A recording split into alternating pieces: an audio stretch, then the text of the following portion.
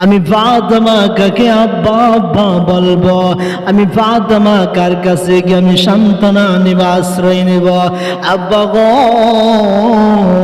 আমি ফাতেমা আপনারা যতক্ষণ পর্যন্ত দেখি আমি ফাতেমার কলেজার ভিতরে মনের ভিতরে যত দুঃখ থাকে, পেরেশান থাকে, পয়গম্বর আমার আব্বাজি আমি যখন আপনার সামনে যখন বসে যায় আমার বুকটা বড় ব্যথা থাকে, মনে বড় কষ্ট লাগে গো আব্বা যান, আপনি যদি চলে যান আমি ফাতেমা কাকে আব্বা বলে রাখবো? আল্লাহর নবী সাল্লাল্লাহু আলাইহি ওয়াসাল্লাম রহমতের নবী ডাক দেয়া বলে, ফাতেমা রে, মালাকুল মউত আজরাইল এমন একটা লোক, এমন একজন ব্যক্তি, এই ব্যক্তির হাত থেকে পৃথিবীর কোনো মানুষ তার কাছ থেকে বাঁচতে পারবে না। যতগুলা ইন্দ্র পানে আছে আল্লাহর জমিনে আসমানের নিচে যা কিছু আছে, আজরাইল সকলগুলা জানওয়ালা যতগুলা মানুষ এখানে প্রাণী আছে সবার জানগুলো রুহগুলো কবজ করে নেবা। ফাতেমা তুমি পাগলামি করবা না, অশৃঙ্খল করবা না। ফাতেমা রে, আমি আব্বার বিদায় হওয়ার সময় আমি মনে হয় আর বেশিক্ষণ বাঁচব না, দরজাগুলো দের মা, এটা আমি নবীজির শান মহব্বতে আজরাইল আমার কাছে অনুমতি চাইতে যার বলতেছে, আসসালাতু আসসালামু আলাইকা ইয়া রাসূলুল্লাহ, আসসালাতু আসসালামু আলাইকা ইয়া হাবিবাল্লাহ। ওগো নবীজি, আল্লাহ বলে দিয়েছেন আপনি যদি অনুমতি দেন, পারমিশন দিলে আমি আপনার ঘরের ভিতরে ঢুকবো, আর অনুমতি না দিলে আমি চলে যাব। আল্লাহ নবী ডাক দেয়া বলে, ভাই আজরাইল তুমি কেন আসছো? আজরাইল ডাক দেয়া বলে, ইয়া রাসূলুল্লাহ ইয়া হাবিবাল্লাহ, নবী গো, আল্লাহ রাব্বুল আলামিন বলছেন আপনাকে নিয়ে যাওয়ার জন্য, আর আপনি যদি তাকে আল্লাহ পাক রব্বুল আলামিন কিয়ামত পর্যন্ত আপনার হায়াতকে লম্বা বাড়িয়ে দিবেন। আল্লাহ নবী ডাক দেয়া বলে, ও ভাই আজরাইল, এই পৃথিবীর জমিনে আমি এখন যদি না যাই এক সময় তো ইন্তেকাল করে চলে যেতে হবে।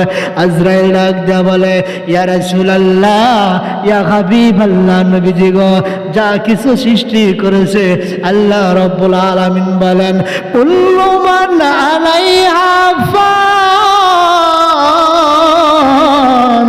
ওয়ায়াবকা ওয়াজহু রাব্বিকা যুল জালালি ওয়াল ইকরাম।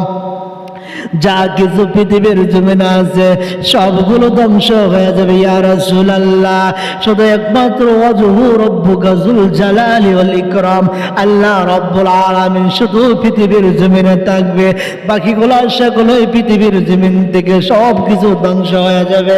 আল্লাহ নবী ডাক দেয়া বলে, আজরাইল যেহেতু পৃথিবীর জমিন থেকে আমি এক সময় চলে যেতে হবে, কিয়ামত পর্যন্ত আমি লম্বা হায়াত চাই না, আমি বন্ধু আমি আল্লাহর কাছে চলে যাব, আমার রূহ মুবারক তুমি কবজ করে নাও।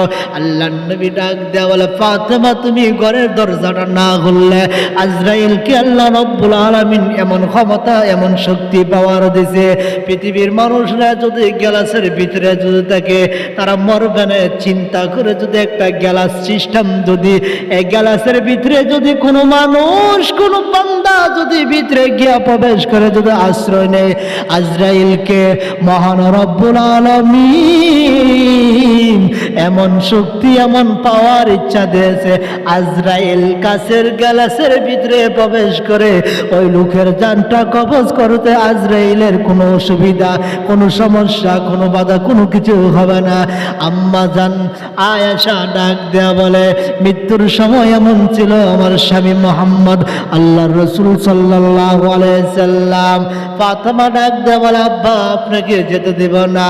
আল্লাহর নবী ডাক দেয়া বলে, ফাতেমা তুমি দরজাটা খুলে দাও।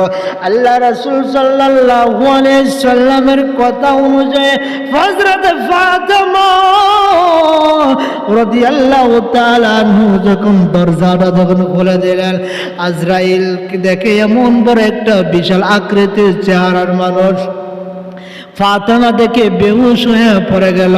ফাতেমা ডাক দিয়ে বলে, আব্বা গো, মক্কা এবং মদিনার জমিনে এত বড় মাথাওয়ালা, এত বড় চেহারা আকৃতির মানুষ আমি ফাতেমা জীবনের জিন্দেগিতে কোনোদিন দেখি না। আল্লাহর নবীর কাছে ফাতেমা বলে, আব্বা গো, ওই আজরাইলের মাথাটা আসমানের উপরে আর পাউটা জমিনের মাঝে, আসমান আর জমিন মধ্যখানের পুরাটা শরীর আজরাইলে, এত বড় আজরাইল। ফাতেমা বেহুশ হয়ে পড়ে গেল। আল্লাহ ডাক দেয়া বলে, আর আজরাইল তোমার চেহারার পরিবর্তন করিও না, যদি তুমি যে স্বাভাবিক হয়ে যায়। ফাতেমা যখন দরজা খুলে দেখবে কোনো কিছু নাই, ছোট স্বাভাবিক, তাহলে তো বলবে আমার নবী যে বলছে আজরাইল ঘরের দরজার সামনে, নবীর কথাটা মিথ্যা হয়ে যাবে। এজন্য আল্লাহ রাব্বুল আলামিন হযরতে আজরাইলকে বলল, তোমার যেভাবে তোমার অবস্থা তুমি এভাবে থাকো দাঁড়ায়া। এক পর্যায়ে আল্লাহর নবী রাহমাতুল লিল আলামিন নবীজি যখন আজরাইলকে বলল, ও ভাই আজরাইল, এবার আবার জানটা তুমি বের করে নাও, অনুমতি দিয়ে দিলাম। আল্লাহর নবী বিশ্ব নবী রাহমাতুল লিল আলামিন ডাক দিয়া বলেন, আজরাইল যখন আমার বুকের উপরে রূহ মুবারকটা নেওয়ার জন্য, যখন আমার বুক মুবারকের উপরে যখন আজরাইলের যখন হাতখানা যখন লাগলো, লাগার সঙ্গে সঙ্গে এমন ভাবে ভার, এমন ভাবে ওজন, আমি নবী ডাক দেয়া বলে, আজরাইল তুমি আমার বুক মুবারকের উপরে তুমি কি রেখেছ?